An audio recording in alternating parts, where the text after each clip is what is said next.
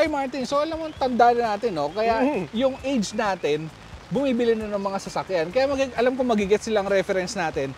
Alam mo yung commercial natin ng Clear? Sabi doon, di ba, si Rain, yung Korean star at that time, sabi niya, black is confident, black looks good. Oo, alam ko yan. Tapos sabi pa niya dyan, di ba? Oo. Good means no dandruff. Oo.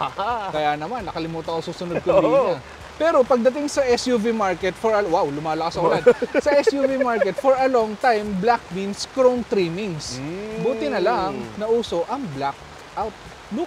Oo. At hindi nga nagpahuli ang Nissan, no? Oo. Kasi ang maganda pa dito, yung mga ibang brands kasi, nilalagay nila yung blackout treatment sa mga mid or lower variants. Oo. Pero what Nissan did is that they integrated yung mga black accent, yung blackout na trim na yan, sa top of the line na trim ng Terra. Oo. Kaya makasama natin ngayon, ang bagong Nissan Terra Sport 4x4. Yan! Na nagkakahalaga ng 2,459,000 pesos. So tignan natin if it's worth your money o puro papogi lang ba to? Oo nga, at ang lasa ng ulan. So tignan natin to. Woo! Para maging atom araulia tayo.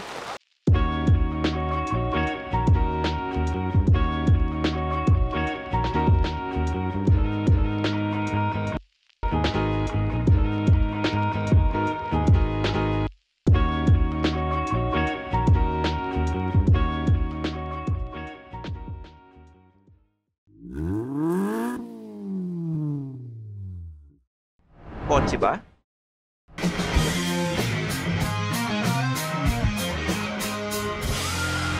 Feel kotse na. Okay, so bago lahat, Martin, dimensions muna tayo. Siyempre, pag ganito, i-compare natin siya sa segment leader, which is the Fortuner. So, itong Nissan Terra, 105mm longer, ilang wider? 10mm ba? 10 Tapos, wider. 30mm taller. And pagdating naman sa wheelbase, ganun din, 105mm longer din siya compared sa Fortuner. Tapos, pagdating sa ground clearance, hindi na natin siya mako-compare kasi yung Fortuner walang published ground clearance. Pero ito, ano nasa 225mm yan, yung ground clearance niya. Wow! Laki, lagpas isang dangkal ko eh. O tara, pag-usapan na natin ang harap. Harap! Yan! O, sige. Sino ba tayo? Bato, pick. Oh. So dito sa harap, naka-LED tayo. LED, DRL, LED quad, LED headlights, tapos LED fog lights. And dito nyo unang makikita yung black touch ng Sport Edition. Hindi siya Sport Edition pala, Nissan Terra Sport. Kasi itong V-Motion grill niya, hindi na chrome. Hindi rin siya de-chrome. Talagang black na siya, same with the mesh here. Tapos dito sa may fog light housing. So yun, talagang ganda. Tinanggal ng Nissan yung karamihan ng chrome na nakikita nyo dun sa non-sport variant, di ba pare? Kaya mas nag-stand out din yung logo. Yun na lang yung chrome. Oo. Gusto mo malaman yung engine, sir? Kung ipapakilala mo sa ng engine. Ako bahala, sir. Reto kita sa engine. Diesel yan. Gaano kalaki ang makina nito? Yan, Master Vincent. The Nissan Terra Sport is powered by a 2.5-liter turbo diesel engine that delivers 187 horsepower and 450 Nm of torque. And then the engine is connected to a 7-speed automatic transmission with manual mode. In terms of fuel economy naman, Master, sa city nakakuha tayo ng 8.8 kilometers per liter while driving at an average speed of 18 kilometers per hour. Tapos sa open highway, nakakuha tayo ng 15 kilometers per liter while driving at an average speed of 80 kilometers per hour. So medyo maganda yung figure niya sa city, no? Yes, considering traffic yun. Medyo stop and go yun. Tapos yun lang, medyo average talaga siya sa highway at 15. Oo. Lalo na in comparison with other SUV, no? Oo, kasi, well, yung Montero, naka 2.4. Pero yung Fortuner, 2.8. Tapos, Mu X, 3.0. So, medyo nasa lower end siya ng spectrum. Especially sa Everest, medyo tabla sila. Magkalapit sila yan. Naglalaruan yan ng magkatabi. Pala, may Everest pa, 2-liter by turbo 2-liter by turbo yun. So, sara na natin, Master. Oo, sige. Ikaw naman magsara. Sige, baba ko muna uli. Okay. So, dito naman tayo sa side. Makikita nyo, meron tayong 18-inch wheels na item and bago na ang design niya compared dun sa before. Yun nga lang, medyo gloss black yan. Hindi yan flat black kasi nadumihan lang kaya ganyan yung tsura. Anyway, meron din tayo ditong fog vent sa may fenders. Tapos, dito, side mirror natin, all black na siya. And meron tayo ditong camera dahil meron tong intelligent around view monitor. Tapos, In terms of other things, dito sa side profile, wala nang nabago eh. Kasi yung sa window, same lang. Roof rail, same lang. Stepboard, same lang. Well, yung door handles pare, nakaitim na rin, di oo ba? nga pala, Itim no? na rin yan. Continuity nung design ng TerraSport. Na Actually, mas maangas siya kaysa kung i-body color. Considering Yes, kung oo. ibang colors nito, tapos black yung door handles, ganda nga. it adds contrast, kumbaga, no? Oo. pare? Tignan natin itong likod. Tara, Kasi likod tayo, Master. itong likod, makikita nyo dito sa likod, meron na naman tayong prominent black accents. Tapos, ang ating taillights, very distinct kasi mukha siyang whiskers ng pusa. Oo nga, no? Ganon, no? Tapos ang chrome lang dito is the logo and the font, tsaka yung mga emblems dito. Oo, pero Kaya- talagang... Kaya medyo tritone yung appeal kasi body color, black, Ah. tapos ito, tapos yung chrome trim doon. parang apat yun. Oo, Ito apat ba yun, pare. Gusto ko yung nilaglag mo yung sarili mo. Tumahimik na lang ako eh. Tapos, di ba, integrated din yung bumpers ng sensors, pare. Kasi, di ba, complete siya ng mga sensors sa harap pati sa likod. And then, yun nga, no, ang pinaka nakita lang namin dito ni Master Vincent is that yung yung black trim dito sa likod, sa tailgate part. For me, masyado siyang makapal and masyado siyang in your face yung dating, pare. Kasi yung sa previous generation, itong part na to, body color pa rin, and ito yung chrome.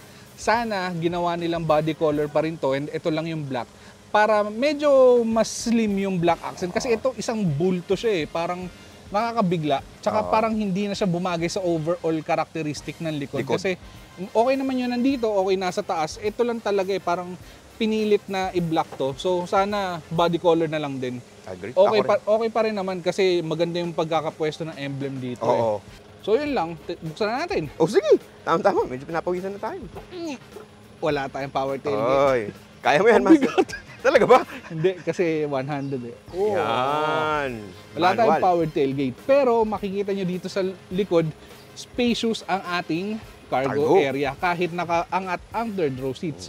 Yun nga lang, mataas ang ating loading height pare. Yes, oo. Tapos wala tayong patungan dito na plastic Plastic nandito pa. nasa taas pa. Oo. Oo nga, no? Di gaya nung sa Everest na review natin dati.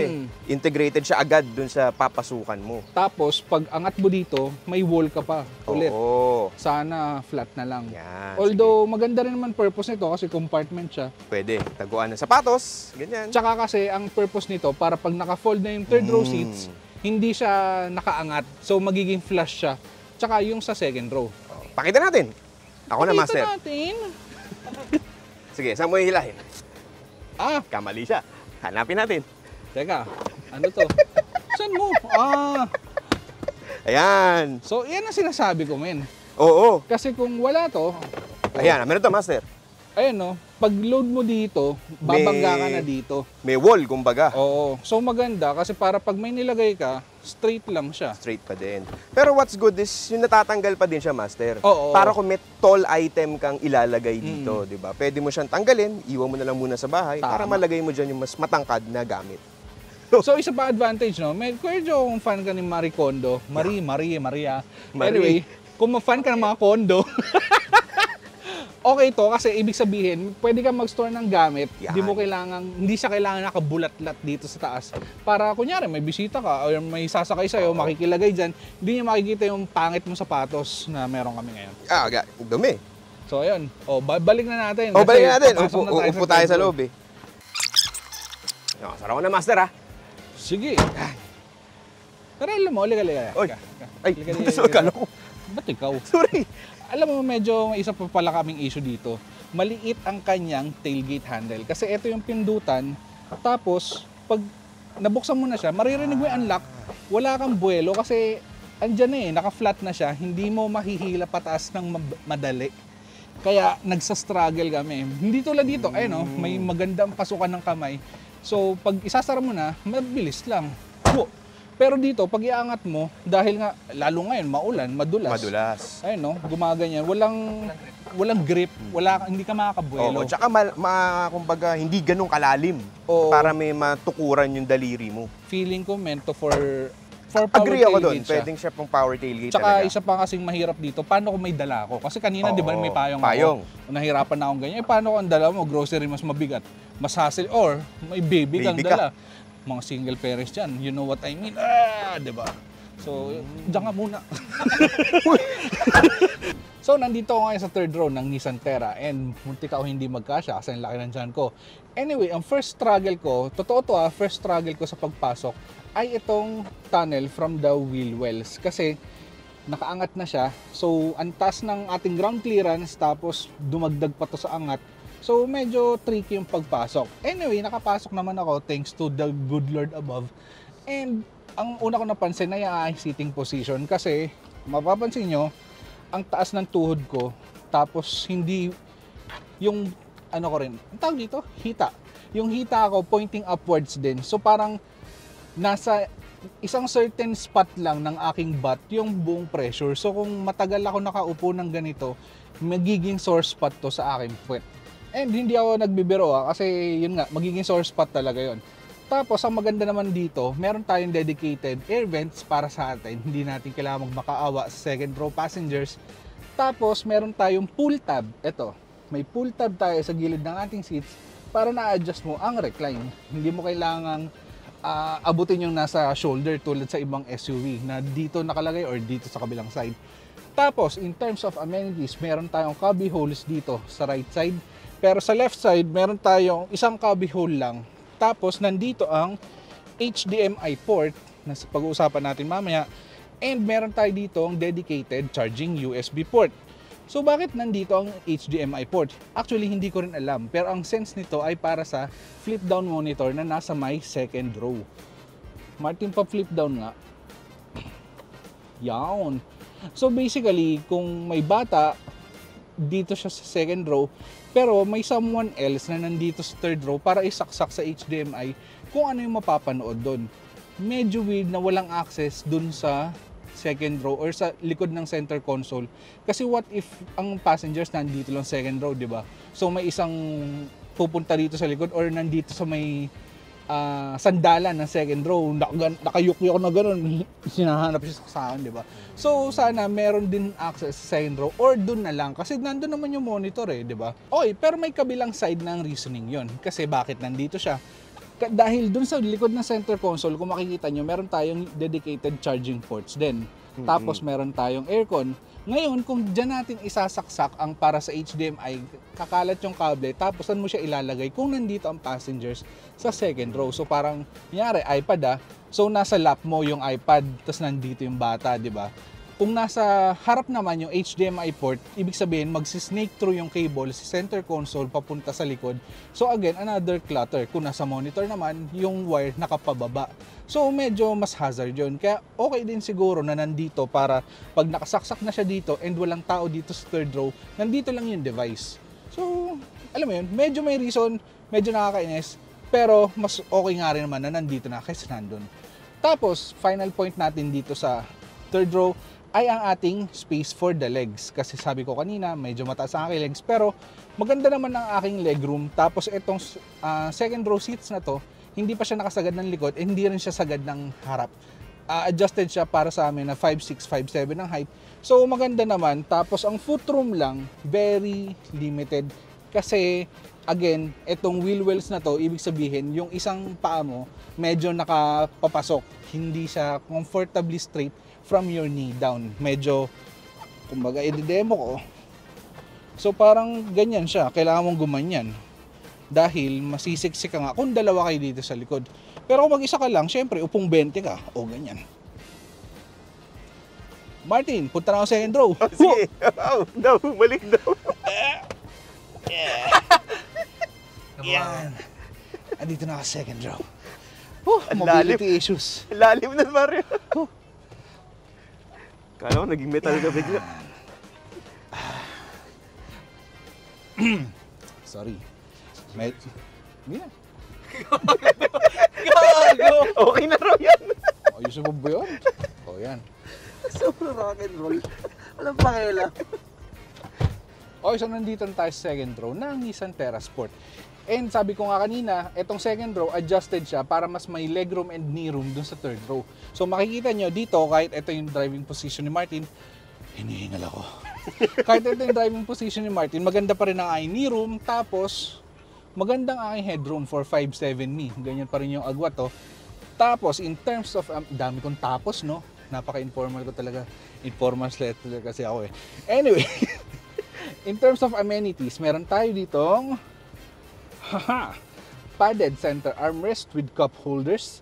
Tapos maganda na meron tayo ditong blower control para sa rear air vents. Pero tulad nga na napag-usapan namin kanina, hindi ang main control nito nandun pa rin sa harap.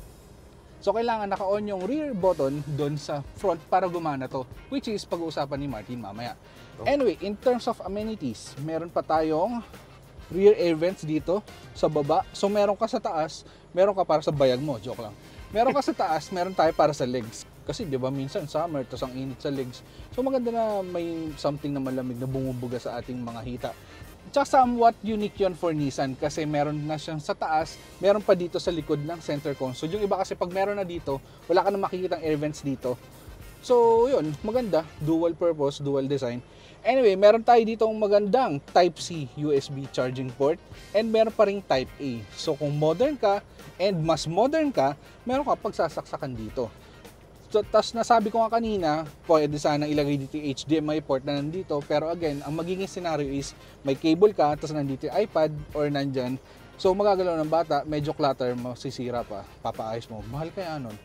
Anyway, ano pa bang pag-uusapan dito? Isa pang bagay na pag-uusapan dito, medyo atras ka lang.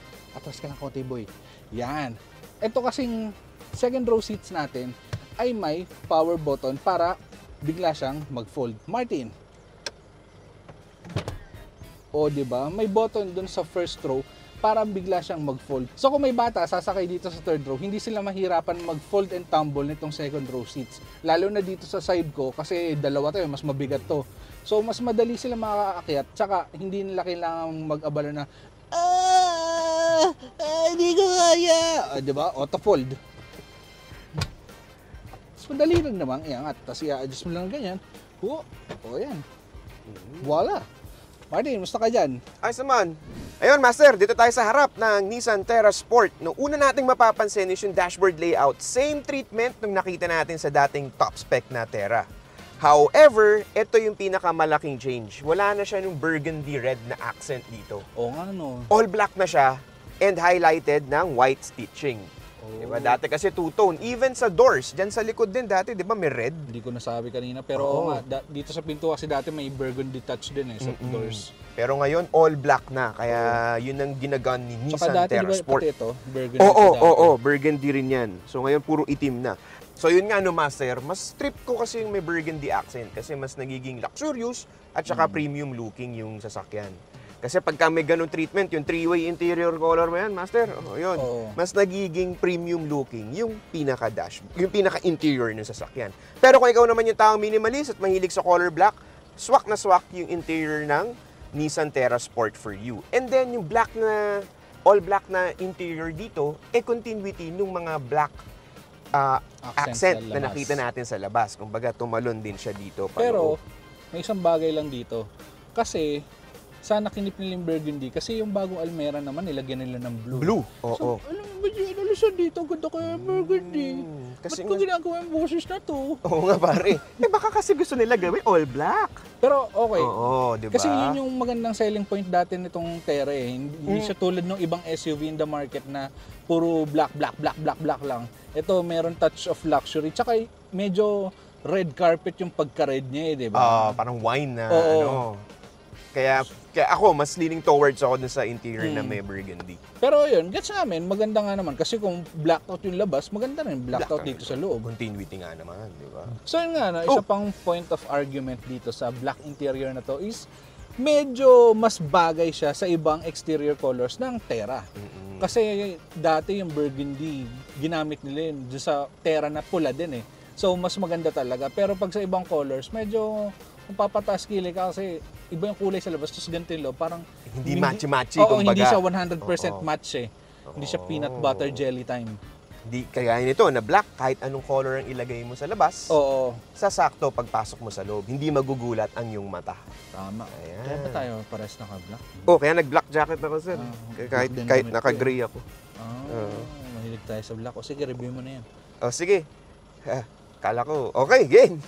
Pagdating naman dito sa steering wheel, no, mapapansin nyo kung nakasakay na kayo sa Nissan Almera, kamukha niya yung naakabit dito. Even sa Navara yata, parang parehas sila ng design ng steering wheel, which is understandably so naman kasi Nissan nga di ba? Tapos, integrated to with buttons. One is meron siyang cruise control, master. And then, meron siyang adjustment na tilt. Wala siyang telescopic. Which brings me to my point na sana may telescopic adjustment na rin to. And yung cruise control niya ay standard lang. Hindi siya naka-adaptive cruise control. So, considering that this is the top of the line, sino ba si Egul? Philippine Egul? Sabi ko na nga, Ateneo Blue Eagle. Oh, di ba? Ayan, Naku, lagot ako sa mga get that ball. So, sana nga, since it's the top of the line variant, meron ng telescopic adjustment yung steering wheel, pati meron na ring adaptive cruise control. Yun. Pero in terms of amenities, from the gauge cluster to the touchscreen and dito, wala nang nabago from the previous top-of-the-line model. Same na same siya. Talagang nabago lang yun sa dashboard. This one, naging itim. Meron pa rin tayong 7-inch na digital display sa gitna. Tapos, meron tayong 8-inch infotainment touchscreen with Apple CarPlay and Android Auto. Tapos, maganda pa dito is that merong separate buttons for your climate, aircon. Diba? So, pwede mong pindutin lang basta-basta. Habang nag-drive ka, mas madali siyang mapindot. Kasi may linya makakapang. Oo, yan, may gano'n, may pa nakaangat. So, mabilis mo siyang mapipindot. Tapos, naka-dual zone na rin siya na climate control, master. Meaning, pwedeng, pagka pinatay mo tong sync, kung gusto mong mas malamig sa driver, pwede mong babaan. Tapos, pwede niyang taasan. Lagi tayong cold, master. Tapos maganda yun, may USB-C ka rin pala dyan. Dalawa rin dito. Ano mga clearance light mo? Ay, naka-on na nga, sir. Pero may ilaw yan sa gabi. So yun, medyo lumapit yung camera kasi umuulan na sa labas Siyempre, shoot tayo kahit umuulan. Anyway, napansin ko nga, di ba, meron pa rin USB-C doon sa harap. Type A and Type C pa rin. Oo. Tapos ang maganda pa dito, master, is yung pinakasuksukan mo, illuminated ng puti. So kahit gabi kang magsusuksok ng hindi ka mangangapa. Easy access or easy pasok lang yung gagawin mo doon sa USB na cable na yun. Tapos sa tabi nun, master, may rear cooler, di ba? Yan yung sinabi natin kanina. Yan yung na-off and na-on. So bakit nga ba dapat lagi siya naka-on? Well, sa mga nasabi kasi sa akin, mas maganda na naka-on yung rear cooler even though nasa harap lang yung passenger or kahit solo driving ka lang, maganda na naka-on pa rin siya. Tas kahit yung fan speed sa likod ay pinaka-lowest. Ang point kasi nun is, one is para pagka medyo mainit yung panahon, mas madali magko-cool down yung cabin. So yung front AC mo, hindi ganun kahirap. Kasi imaginein mo mainit sa likod, then naka-off to. So parang persado to siya yung i-on mo ng malakas yan para umabot sa likod. Persado to. So kumbaga, mas matagal kang nakatodo. As compared na pag naka-on yun, naku-cool down din yun, mas mabilis kang magbabawas ng fan speed. In a sense, mas gagaan yung load ng engine mo. Na magiging equals din sa better fuel economy. Tas isa pa, kapag matagal nating hindi ginagamit yung rear vents or hindi natin pinapabukas yung blower, di ba? Nagkakaroon siya ng mga molds, ng mga bacteria and all that dun sa mismong vent. So pagka binuksan mo siya at ginamit mo, maaaring maging may amoy, masamang amoy yung yun. Parang yung mga damit natin ngayon, since laging umuulan, minsan amoy kulob. So baka maging ganun. Tsaka makaka-trigger siya ng may mga allergic rhinitis kasi madumi. Yan, yung dust na na-accumulate. Siyempre, pagkapasok naman natin, meron lumilipad dyan, di ba? Tama ka dun, master. Siya. So, kaya mas maganda na laging naka-on siya. Kahit pinakamahina lang yun sa likod. Yun ang Tapos kung gusto niyo ng more details about it, meron tayong article na ganun sa philkotse.com. Punta lang kayo sa tips and advice section. The more you know. Tapos lipat naman tayo dito sa buttons sa likod ng shifter. Yan. Kasi andito yung buttons para sa second row. Ito yung right side na 40 side. Ito yung 60 side. Yung mas malaki sa left side. Tapos, ang napansin ko lang dito, meron tayo electronic parking brake. Kaso walang auto brake hold. Ano lang siya? Wala lang, missing button lang. Trim. Oo. Sayang. Kasi, alam mo, for places na maraming stoplight like BGC, Makati, lifesaver yun. Kasi hindi mo kailangan mag-shift to park or mag-shift to park tapos engage parking brake. Tapos pag green na, i-disengage mo yung parking brake, shift to drive ulit. So pag may auto brake hold kasi, ibabaon mo lang ng konti yung brakes, kaagat na yung parking brake talaga eh. Tapos pag okay na, de-depress mo lang yung throttle, aandar na ulit siya. Sobrang dali. Hindi mo kailangang mangawit sa paa mong nakaapa ka na steady dun sa brake. Sana lang nalagyan na rin to kasi nalagyan naman nila ng electronic parking brake eh.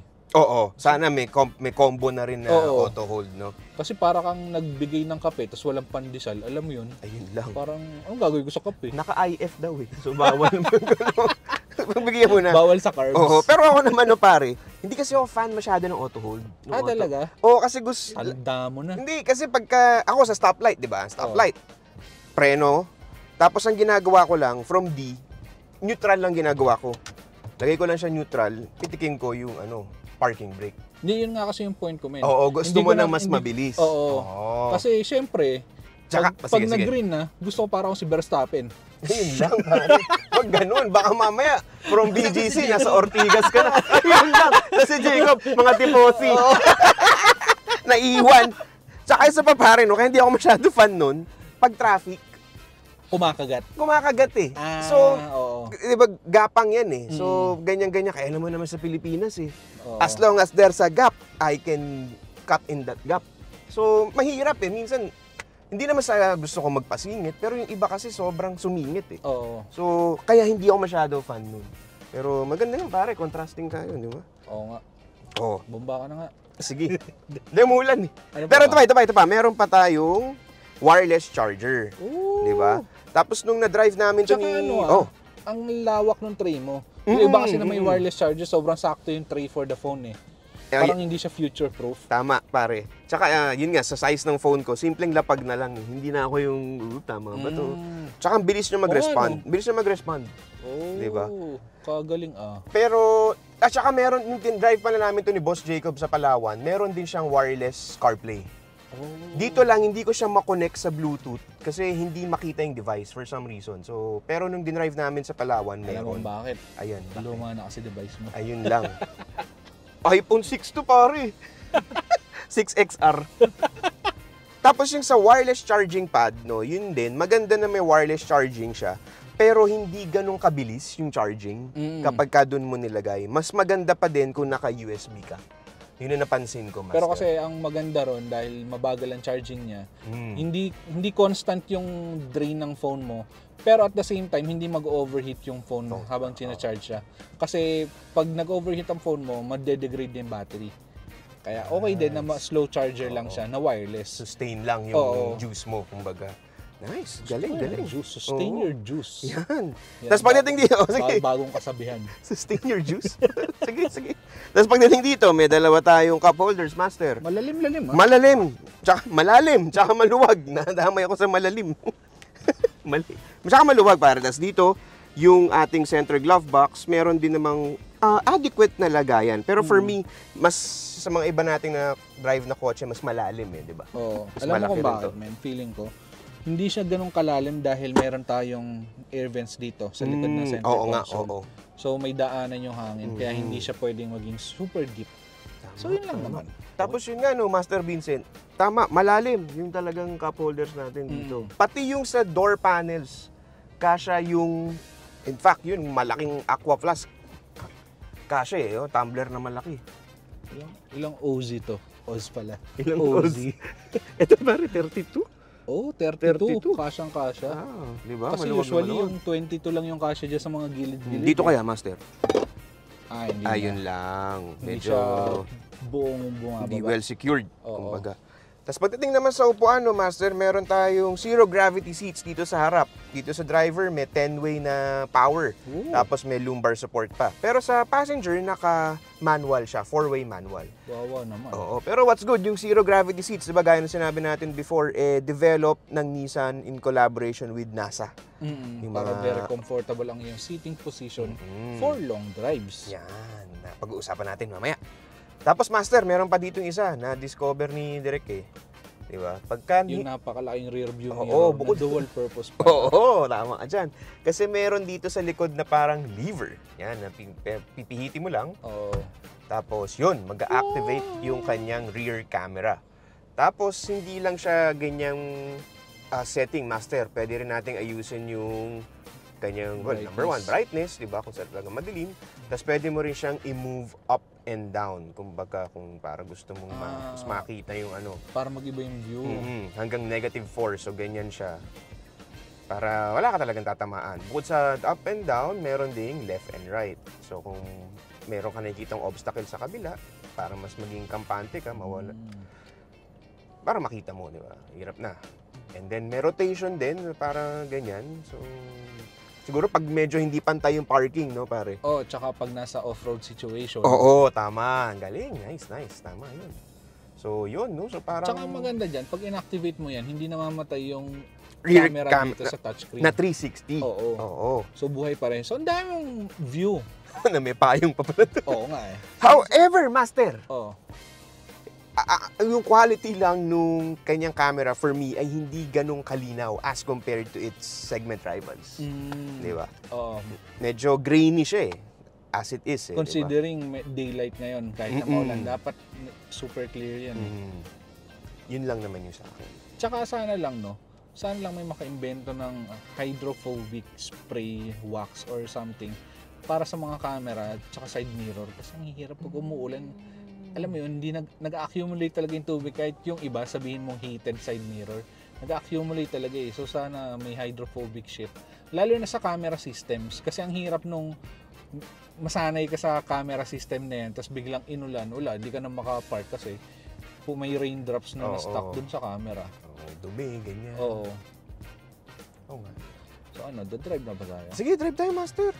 When it comes to safety, the Nissan Terra Sport has 6 airbags, ABS with EBD and brake assist, vehicle dynamic control, 4 sensors in front, and 4 at the back. Meron din tong tire pressure monitoring system. It also has Nissan Intelligent Mobility features that includes Intelligent Around View Monitor with moving object, detection and off-road monitor, Intelligent Rear View Mirror, Forward Collision Warning, Emergency Braking, Lane Departure Warning, Intelligent Driver Alertness, Blind Spot Warning, Rear Cross Traffic Alert, Hill Start Assist, and Hill Descent Control. Anyway, dinadrive na ni Martin ang Nissan Terra Sport. And as usual, mauuna ako kasi bida-bida ako eh. And ang impression ko dito, riding here at the second row, is mas maganda ang aking riding comfort compared dun sa third row. Kasi night and day difference ang kanilang seats. Yung sa third row kasi, aside dun sa medyo hindi ko gusto na seating position, yung cushioning nung buttress ay medyo manipis compared sa nandito sa second row. And dito sa second row, hindi tayo naka-zero gravity seats. That's only for the first row. So, pero even then, kahit na medyo generic, so to speak, ang seats dito sa likod, very comfortable siya. Magandang aking sandalan for me who has bad posture, and magandang aking upo. And ang gusto ko sa seats dito, medyo mahaba siya. Meron ako hindi significant. Meron ako sufficient thigh support. So hindi ako feeling na nangangalay.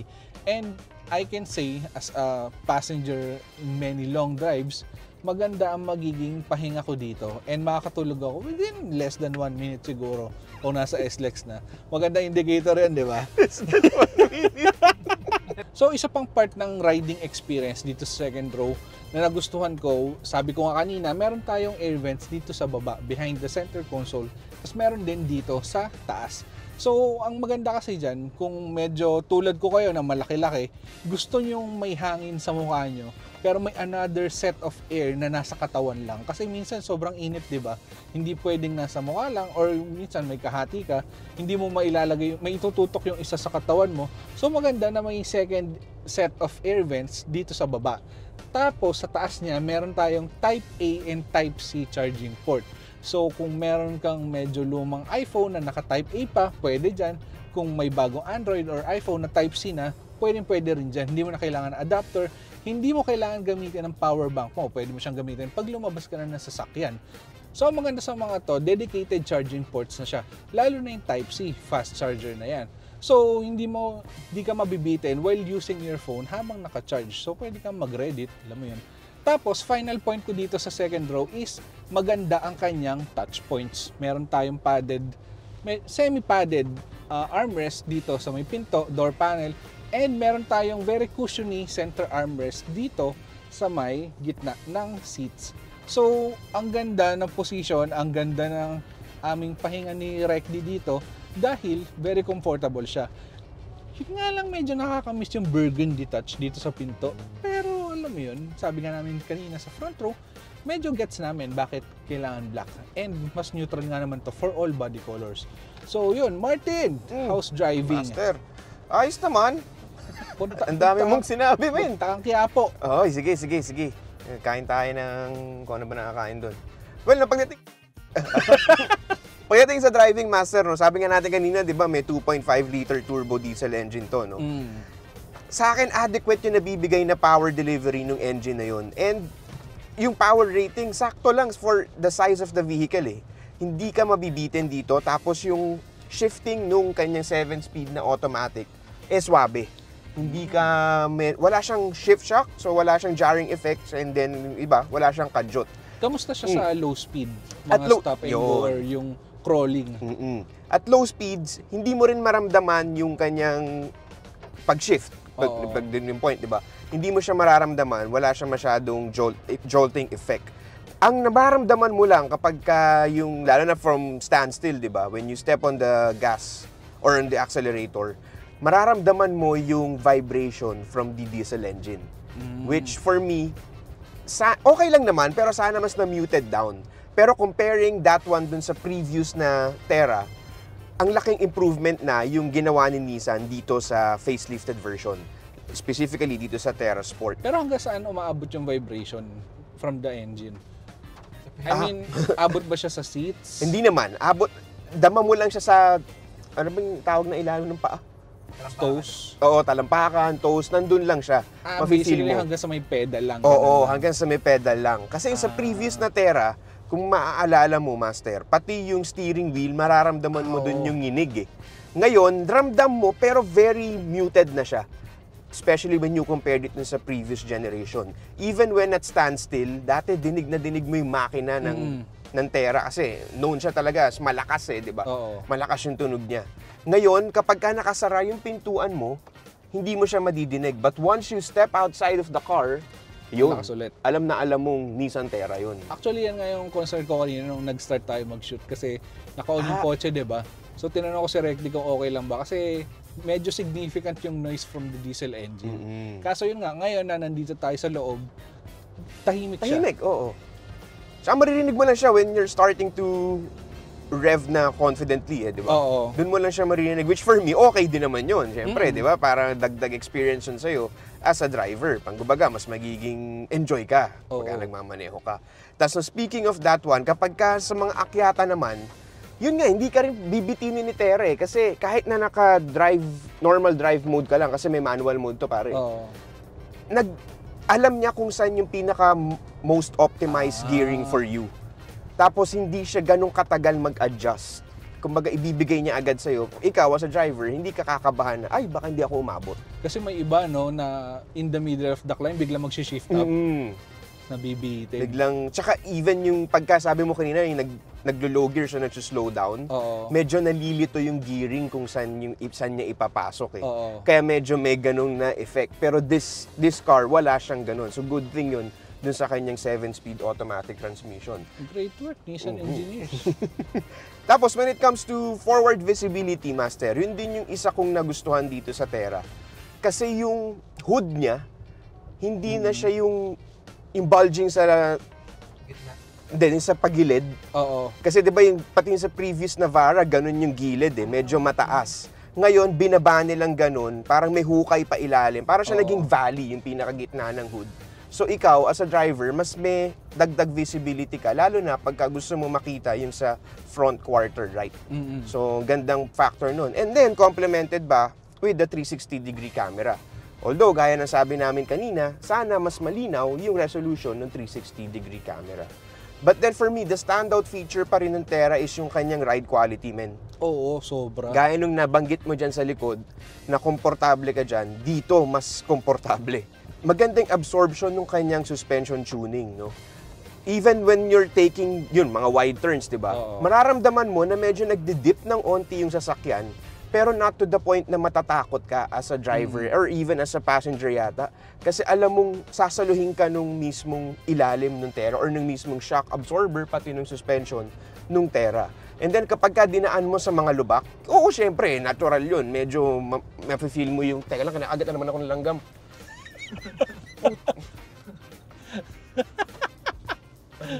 Kaya may langgam kayo sa sampayan, nag-iwan ka candy sa jacket mo. Matamis yung Ariel kasi. Ayun nga, di ba, Master? Kahit na kapag ka dinaan mo sa lubak, obviously, di ba, medyo makakalog ka dito sa loob. Pero maganda yung pagkaka-absorb nitong Nissan Terra, which is one of the things na main selling point nitong sasakyan na ito. At masasabi ko pa rin na para siyang in comparison with the next-gen Ford Everest's ride. Medyo malapit, pero ito para sa akin lang to, mas swabe pa rin and mas, supple? Mas supple pa din for me yung sa next-gen Everest. Pero hindi nalalayo yung ride quality na mabibigay sa'yo nitong Nissan Terra, which is really good considering na top spec na variant to. At saka kahit yung ibang Terra naman, pare, kasi pare-paresa naman ng pang ilalim yan. Tapos ito pa, steering wheel. Steering wheel ng Terra, as far as I know, naka-ano pa rin siya, hindi pa siya naka-electronic power assist. So meaning, medyo may bigat siya dito kasi pang hydraulic, tama ba yun? Basta something like that. Naka-hydraulic assist pa rin siya, hydraulic power assist. Meaning, mas may weight yung feel ng steering wheel na to pag kinumpare mo sa likes ng Everest or ng mga iba pang SUVs na naka-electronic power steering. Pero kahit na ganun, surprisingly, hindi ganong kabigat yung pakiramdam ng steering feel nitong Nissan Terra. At ang maganda pa nun, mas nagbibigay siya sa'yo ng road feedback. So ikaw, kung tipong yung galing sa mga old SUVs na tatalon papunta dito sa bago, hindi ka masyado maninibago when it comes to the steering feel, pare. Pero mas magaan ba siya kaysa sa Navara? Kasi yun yung comment ko sa Navara eh. Ang ganda ng ride comfort niya for a pickup. Kaso, ang bigat ng steering wheel. Oo. It's something close to the Navara. Pero mas magaan pa. Mas magaan to ng onte, pare. And, well, yun nga, kasi hindi nga siya naka-electronic na something na ganyan. Pero considering na ganun, magaang pa rin siya. Tsaka, ang maganda pa doon is that at low speeds, hindi siya ganun nagiging kabigat. However, medyo magsa-struggle ka lang kapag nagpa-park ka. Kasi you have to do a lot of turns doon di ba? So medyo may konting effort pero hindi naman yung point na tipong magkakaroon ka ng muscle na gaya ni Darak. Saktuhan lang. Yan, di ba? Kasi alam mo, Martin, napansin ko ngayon lang na nagda-drive ka na, mas mataas pala position ko dito sa second row kaysa dyan sa first row. Kaya mas mababa rin yung vision mo. Kaya mas maganda yung visibility mo.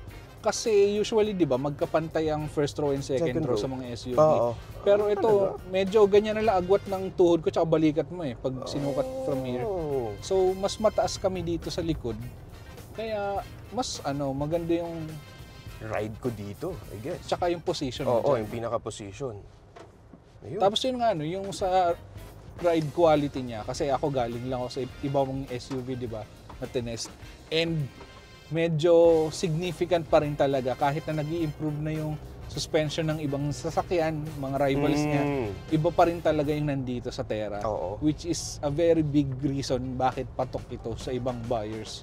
Kasi SUV siya, matikas, pero hindi siya yung mahirap sakyan, lalo na pag mag-isa. Diba? Kasi pag mag-isa, tapos may nasa C5, nako, natatanggal ka luluwa mo ron. Medyo rock your world yun, pare. Pero ito, chill Chill. Tsaka maganda, pare, yung zero gravity seats. Alam mo, hindi siya etchos lang.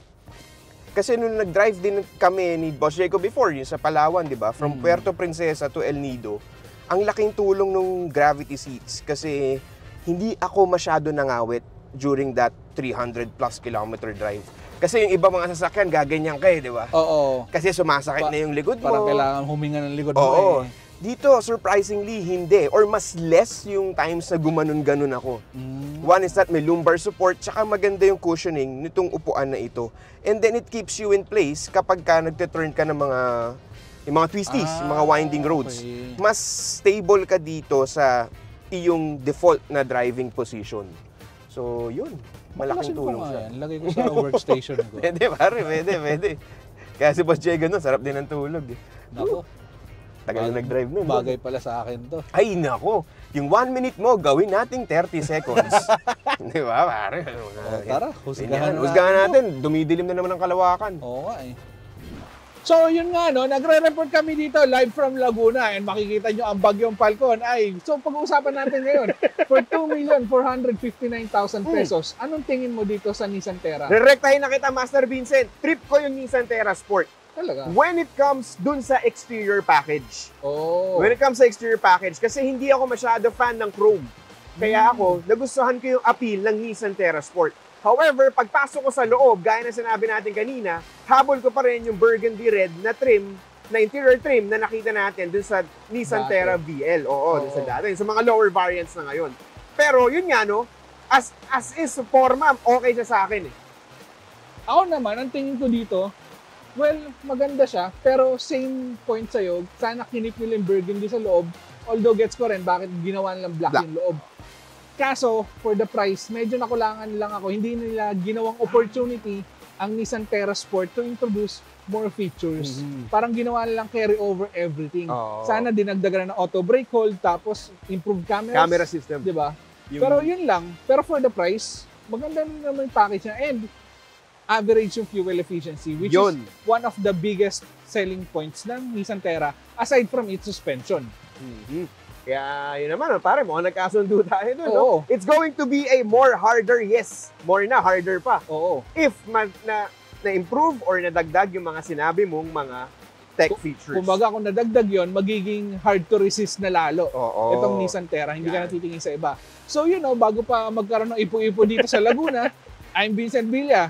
Ako naman si Martin Aguilar, yung Cambio Boy next door. And that's the review of the Nissan Terra Sport. Alam niyo na gagawin. Like, follow, subscribe, share niyo sa tropa niyo at pumunta sa philcoche.com. So tara Martin, let's go inside. Let's go inside. Back to you.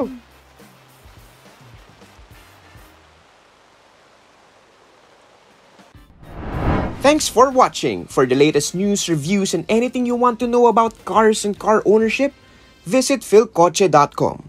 Follow us on YouTube, Facebook, Instagram, and Spotify para hindi ka huli sa usapan. Tandaan, kotse ba? Philcoche na!